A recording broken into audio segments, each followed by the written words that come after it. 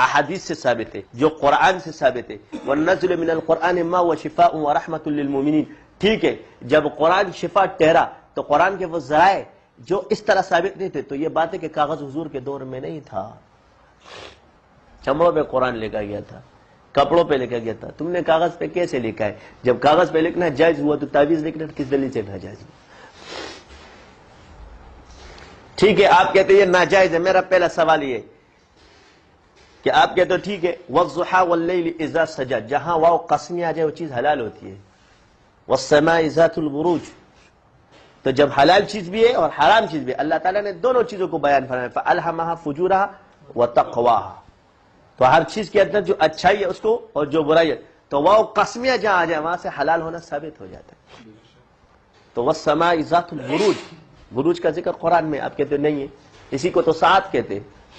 تو اس کی تفسیر اگر ہر جگہ دیکھو گے نہیں ملے گی، لیکن جب ادھر آؤ گے تو اسے ساعت مراد ہے کہ اس میں جو نقوش بنائے جاتے ہیں اس سے لوگوں کو شفا ہوتی ہے۔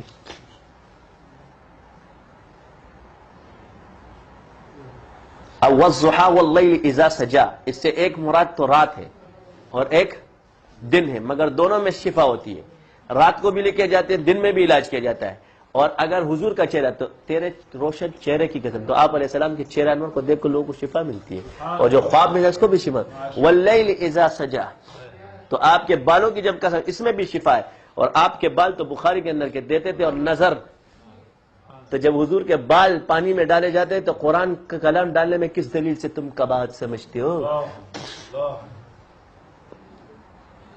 تو شفا ہے، تو وہ شفع والوتر، قسم ہے جفت اور طاق کی۔ اب جفت اور طاق کہاں کہاں استعمال ہوتا ہے؟ یہاں تو اللہ تعالیٰ عدد کی قسم کھا رہے، والفجر ولیال العشر والشفع والوتر، اس میں شفا ہے۔ فجر جو صبح ہے اس کی ہوا میں شفا ہے۔ جاؤ، سائنس کہتی ہے کہ جب انسان صبح اٹھتا ہے آکسیجن لیتا ہے، یہ صحت کے لیے بہتر ہے، اور روزوں کے اندر شفا ہے۔ روزہ رکھنا شہوت کو شفا دیتا ہے، پیٹ کو شفا دیتا ہے، انسان کے امراض کو، حسن کو شفا دیتا ہے۔ اور وہ والشفع والوتر، تو اس کی جو تفسیر ہے سب نے کی کہ بس سے عادات مراد، لیکن اس کی تفسیریں شاہ ولی اللہ فرماتے اس سے آخر کی طاق رادیں مراد ہے، مگر اس سے رکعتیں بھی مراد ہیں، اور اس سے تعویذات بھی مراد ہے۔ رکعتیں کیسی؟ فجر سے لے کے، تو والفجر کو جب بیان کیا تو دن، اس سے بھی شمسی سال ثابت ہوتے، سمجھ گئے؟ کیونکہ فجر جو ہے نا شمسی سال میں آتا ہے، اگر تم اس کو قمری میں ڈال دو گے تو پھر مغرب پہلے آئے گا، تو دونوں ثابت ہوئے۔ آپ کہتے ہو عیسوی ہے۔ والفجر، تو پہلی نماز کون سی ہے؟ تو جب سورج نکلے گا تو فجر ہوگی نا۔ جب صبح اٹھتی ہے، صبح صادق پھوٹ پھوٹتی ہے، اس وقت سورج طلوع ہونا شروع ہو چکا ہوتا ہے، تو اس کا ٹائم ہوتا ہے، اس سے فجر شروع ہو گئی، تو شمسی سال ثابت ہوا۔ اور اگر قمری پہ جاؤ گے تو پھر مغرب کا نماز پہلے ہے، اور اگر شمس پر جاؤ گے تو فجر کی نماز پہلے۔ تو اب صبح سے لے کر والشفع والوتر، صبح سے لے کر رات تک جتنی رکعتیں سب جفت ہیں، 4 جفت، 10 جفت، 4 8 جفت۔ اب جب رات سے شروع ہوتے طاق رکعتیں 7 9 11 13 9 17 12 شامل کا طاق ہی رہے گی اینڈ میں۔ اور پھر تعویذات پر آ جاؤ، جفت اور طاق، اور اس پر دوسری طاق آ جاؤ، قسم ہے محمد کے عدد جفت ہے اور اللہ کے عدد طاق ہے۔ 92 11 2 محمد اور اللہ کے نام کا عدد 3 بنتے، تو اللہ اور محمد۔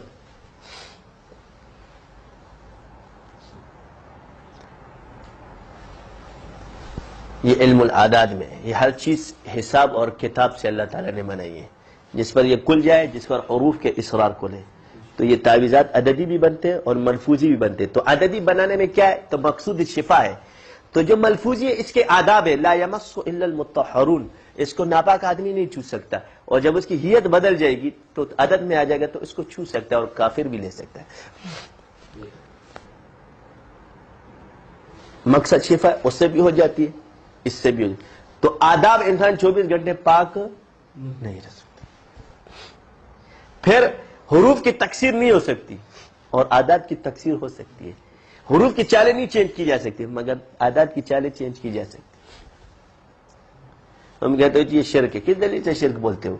میں یہاں حروف لکھ دوں سارے شرکیہ تو یہ شرک ہے، مگر میں اگر اس کی یہ چینج کر کے اعداد میں اعداد کو کس دلیل سے شرک کہو گے؟ آپ کہتے ہیں جی اس میں معنی چھپاتے ہیں تو باطن پر فتویٰ ہے. اور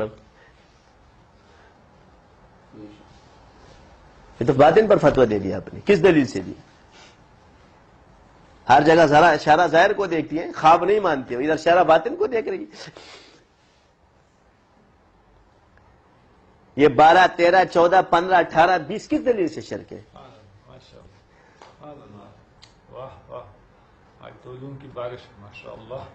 تو یہ تمام چیزیں ہم لوگوں نے چھوڑی ہوئی ہے. پچھلے کرتے تھے، ان کے پاس علم زیادہ تھا، ہمارے پاس علم کم ہے. تو شرک مت کرو، باقی جو چیز معمور ہے اللہ کی طرف سے اور اللہ کے امر سے اس کا انکار بھی مت کرو.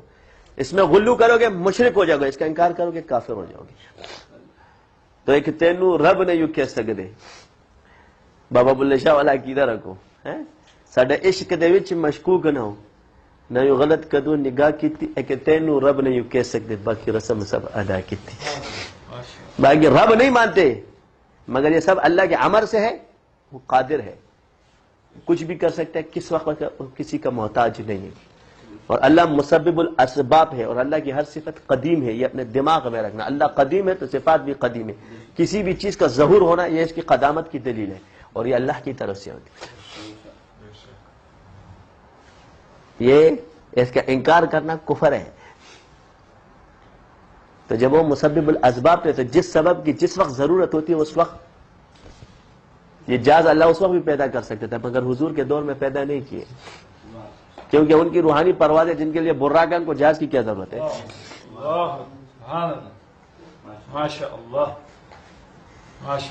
تو انہوں نے انکار کیا تو جو انکار کرتا ہے پھر اسی کو بناتا ہے. تو کفار نے انکار کیا کہ یہ چیزیں نہیں ہو سکتی، اللہ تعالیٰ نے انہی کو وہ علوم دیے اور آج وہ چیزیں بنا رہے. وہ کہتے تھے کس طرح خانہ کعبہ کی آواز نکلتی، آج خانہ کعبہ ہی پورا نظر آتا ہے، آواز تو بڑی دور کی بات ہے. اس کی آزان پوری دنیا سنتی ہے، ٹی وی انہوں نے بنائے. انکار کرتے تھے کہ حضرت ابراہیم علیہ السلام نے جب آواز دی تھی جتنے روحوں نے اس پر لبیک کا سب حج کے لیے جائیں گے. تو یہ بات یہ نہیں مانتے تھے. انہوں نے کہا یہ ہاتھ بولیں گے، یہ کان بولیں گے، کیسے بولیں گے؟ آج دیکھو بولتے کہ نہیں بولتے. میں بھی بول رہا ہوں، سامنے کیمرے میں نظر آ رہا ہوں، میری پوری تصویریں نظر آ رہی ہے. انہوں نے بنایا. بے جان چیز بول رہی کہ نہیں بول رہی؟ اور اتنی مہارت حاصل کر لی ہے کہ اس میں کون جعلی اور کون اصلی ہے. اور اتنی مہارت حاصل کر لی ہے کہ یہ آنکھوں کے کہ تمہاری یہ تصویر کھینچ لے، تم دنیا کے جس کونے میں چلے تم اوریجنل کی جعلی کو 1 سیکنڈ میں پکڑیں گے.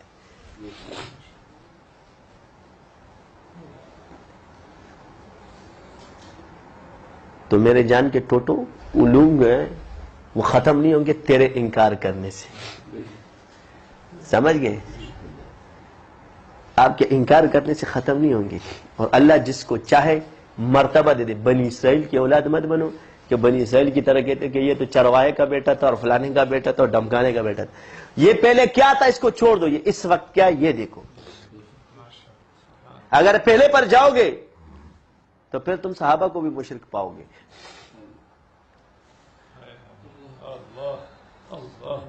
اور جب بات پڑھاؤ گے تو کسی کو ابو بکر صدیق پاؤ گے، کسی کو عمر فاروق پاؤ گے. تو جس وقت تھا اس وقت تو وہ کیا فرماتے ہیں کہ کعبے میں پیدا کرے زندگی کو. یہ ابو جہل کی ماں طواف کر رہی تھی خانہ کعبہ کا، اچھا، اور یہ پیدا ہوا تھا خانہ کعبہ کے اندر پیدا ہوا ابو جہل. کعبے میں پیدا کرے زندگی کو اور بت خانے میں پیدا کرے صدیق کو.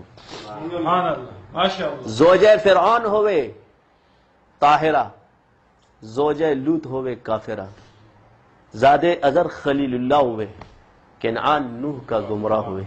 عقل سے بالا تر ہے خدائی تیری، سمجھ سے بالا تر ہے خدائی تیری. کسی کی اولاد بگڑ جائے، کسی ولی کی بیوی بگڑ جائے، اس سے اس کی ولایت پہ کوئی اثر نہیں پڑتا. ہاں جس ولی کی بیوی پردہ نہیں کرتی اس کا درجہ بڑا ہوگا کیونکہ وہ صبر کر رہا ہے. یہ دماغ میں رکھنا. جو اس کی مخالفت کر رہی ہے اس کا درجہ بڑا ہے اس لیے کہ یہ اس کو چھوڑ بھی سکتا ہے. تو کون سا حکم ہے؟ اپنی عزت کے لیے سب کچھ چھوڑ سکتا ہے، مگر یہ اس وقت اپنی عزت کی پرواہ نہیں کر رہا، شریعت کے حدود کی پرواہ کر رہا کہ اللہ نے اس کو مکلف نہیں بنایا. تم لوگ اس پر اعتراض کرتے ہو، اس کے بچے کو دیکھتے تمہارا دماغ خراب ہے.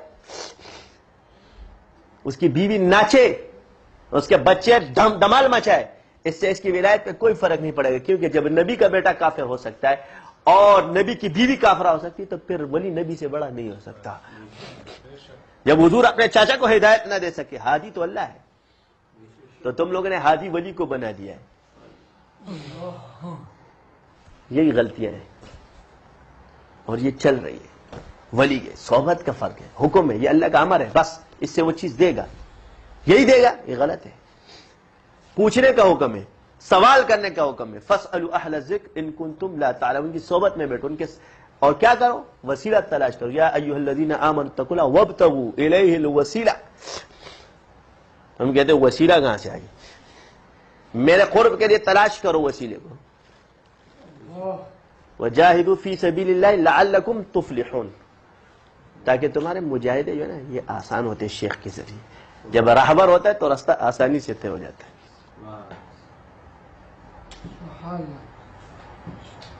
اور یہ علم باطن کے بغیر ممکن نہیں. عبدالوہاب شورانی فرماتے ہیں کہ ظاہر فقیہ تمہیں مسئلہ بتلا دے گا اور صوفی فقیہ تمہیں طریق بتلا دے گا. یہ تمہیں راستہ بتلائے گا، وہ طریقہ بتلائے گا، اور جس پر طریقہ کھل جائے یہی علم باطن رکھتا ہے. سبحانک اللہم وبحمدک اشہد ان لا الہ الا انت استغفرک.